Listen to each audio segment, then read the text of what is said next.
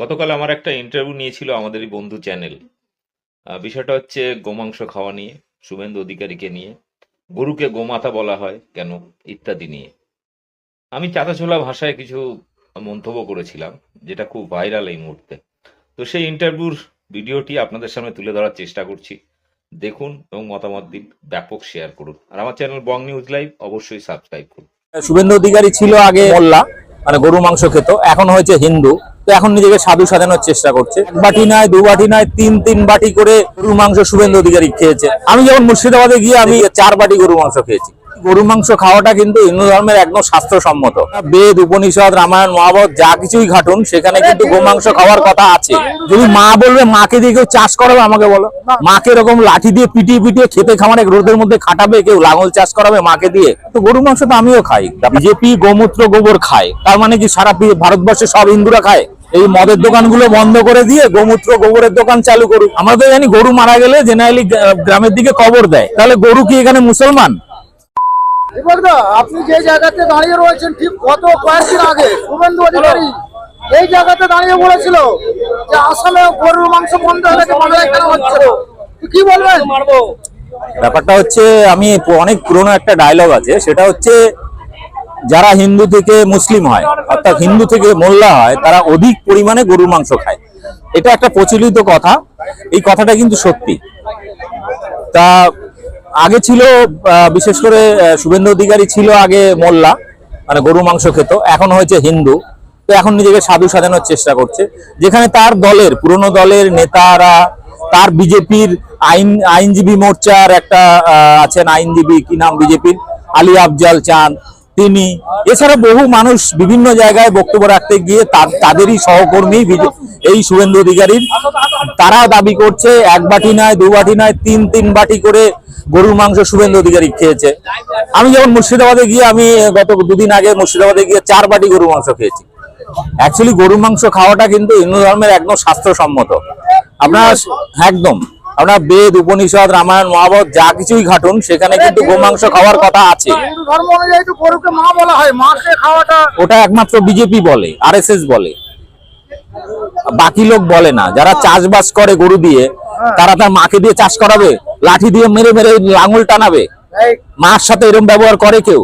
এরা actually BJP RSS, এরা এটাকে গরুকে মা বলে আসলে মুসলিম বিদ্বেষী একটা মানসিকতা তৈরি করার চেষ্টা করে। যদি মা বলবে মাকে দিয়ে কেউ চাষ করাবে, আমাকে বলো, মাকে এরকম লাঠি দিয়ে পিটিয়ে পিটিয়ে খেতে খামারে রোদের মধ্যে খাটাবে, কেউ লাঙল চাষ করাবে মাকে দিয়ে? তার দুধ দুইয়ে ওর বিক্রি করে পয়সা কামাবে, আর তাকে রাস্তায় ছেড়ে দেবে ঘাস খাওয়ার জন্য, নোংরা খাওয়ার জন্য? এটা মা প্রেম? আচ্ছা দাদা, দীপক দা, আরেকটা ব্যাপার, শুভেন্দু অধিকারী তো একদম খাঁটি হিন্দু, তার বিরুদ্ধে অভিযোগ তুলছে অনেক কিছু গরুর মাংস খেয়েছে, এটা হতে পারে না? হ্যাঁ, তো গরুর মাংস তো আমিও খাই, ব্যাপারটা ওটা নয়।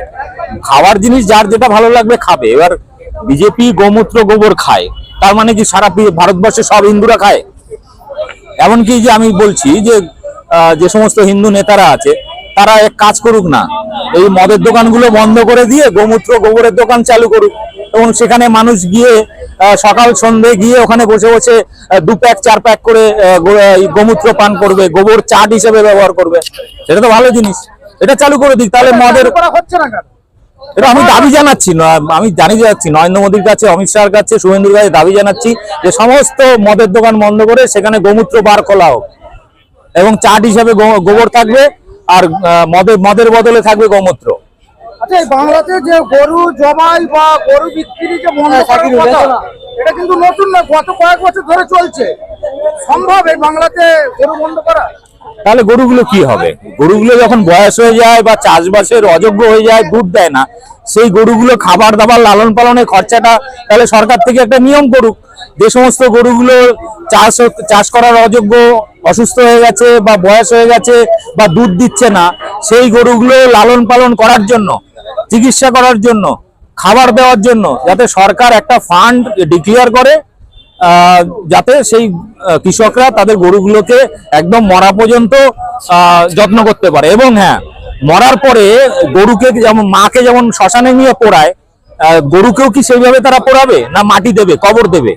আমরা তো জানি গরু মারা গেলে জেনারেলি গ্রামের দিকে কবর দেয়, তাহলে গরু কি এখানে মুসলমান? তাহলে কি মুসলমান হিসেবে তাকে কবর দেওয়া হচ্ছে?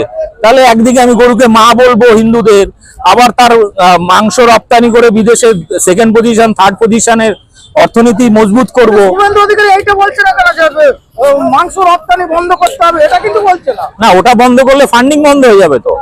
যে ভারতবর্ষের যে প্রথম 7টা বড় কোম্পানি গরু মাংস রপ্তানি করে, শুধু গরু না, গরু, ভেড়া, মোষ বিভিন্ন মাংস রপ্তানি করে, সেই কোম্পানিগুলো সবই মারোয়ারি এবং হিন্দুদের। অ্যাকচুয়ালি ফান্ড বন্ধ হয়ে যায় বলে ওদের দিকে আঙুল তুলছে না, তুলছে মুসলিমদের দিকে, কারণ ওটা খায়। কিন্তু মুশকিল হচ্ছে যে ট্রাম্পকে এখন নতুন বাবা বানিয়েছে, এই বিজেপি বন্ধভক্তরা ট্রাম্পকে বাবা বানিয়েছে, সেই ট্রাম্প নিজে গরুর মাংস খায়।